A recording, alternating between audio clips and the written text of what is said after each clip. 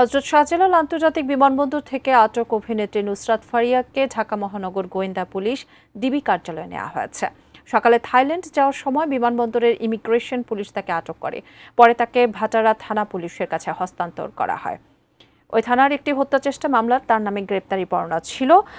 দর্শক, সেখানে রয়েছেন আমাদের সহকর্মী শারমিন রিহা। আমরা একটু তার সঙ্গে যোগাযোগ করবার চেষ্টা করছি। রিহা, আমরা যতটুকু জানতে পেরেছি যে ভাটারা থানার একটি হত্যা চেষ্টা মামলায় তাকে গ্রেপ্তার দেখানো হবে, একটু বিস্তারিত জানান। সেই মামলায় ওয়ারেন্টও আছে বলে জানিয়েছেন ইমিগ্রেশন পুলিশ। সেই ভিত্তিতে ইমিগ্রেশন পুলিশ তাকে আটক করে ভাটারা থানায় ইনফর্ম করে। তবে নুসরাত ফারিয়ার নিরাপত্তা বিবেচনায় তাকে ভাটারা থানায় না নিয়ে তাকে মিন্টু রোডের এই ডিবি কার্যালয়ে নিয়ে আসা হয় এবং বিকেল 4টা থেকে নিয়ে আসা হয়। সেই থেকে রাত 9টা, প্রায় 5 ঘন্টা তাকে জিজ্ঞাসাবাদ করা হয়। এখনও পর্যন্ত জিজ্ঞাসাবাদ চলছে। আমাদেরকে ডিবি কর্মকর্তারা জানিয়েছেন তারা আসলে ডিবি কর্মকর্তারা তাকে জিজ্ঞাসাবাদ করছেন না, তাকে জিজ্ঞাসাবাদ করছেন ভাটারা থানায় তার বিরুদ্ধে যে হত্যা চেষ্টা মামলাটি রয়েছে সেই মামলা তদন্ত কর্মকর্তা।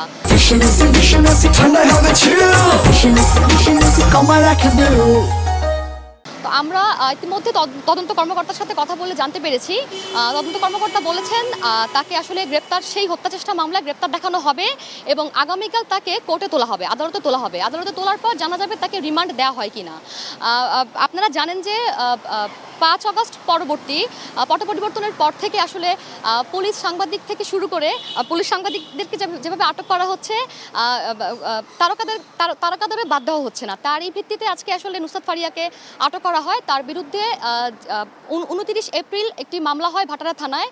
সেই মামলাটি হচ্ছে হত্যা চেষ্টা মামলা এবং সেই মামলায় শুধু নুসরাত ফারিয়া নয়, তিনি ছাড়াও সুবর্ণা মুস্তফা এবং জায়েদ খান সহ আরও 17 জন তারকার বিরুদ্ধে এজাহারের নাম আছে বলে উল্লেখ করেছেন আমরা জানতে পেরেছি। এবং সেই মামলার এজাহারে আছে বৈষম্য বিরোধী ছাত্র আন্দোলনের অর্থ যোগানদাতা হিসেবে আসলে এরা আওয়ামী লীগ সরকারকে সহযোগিতা করেছেন। তবে নুসরাত ফারিয়া বরাবরই এই ধরনের অভিযোগ অস্বীকার করেছেন। তিনি বলেছেন তিনি জুলাইয়ের সেই আন্দোলনের পুরো সময় জুড়েই তিনি ছিলেন দেশের বাইরে এবং তার আসলে কোনো আওয়ামী লীগের সাথে কোনো সম্পৃক্ততা নাই। তার আসলে একটাই ভুল যে সে আসলে মুজিব নামে একটি বায়োপিক নামে একটি মুভিতে সে শেখ হাসিনা চরিত্রে অভিনয় করেছেন।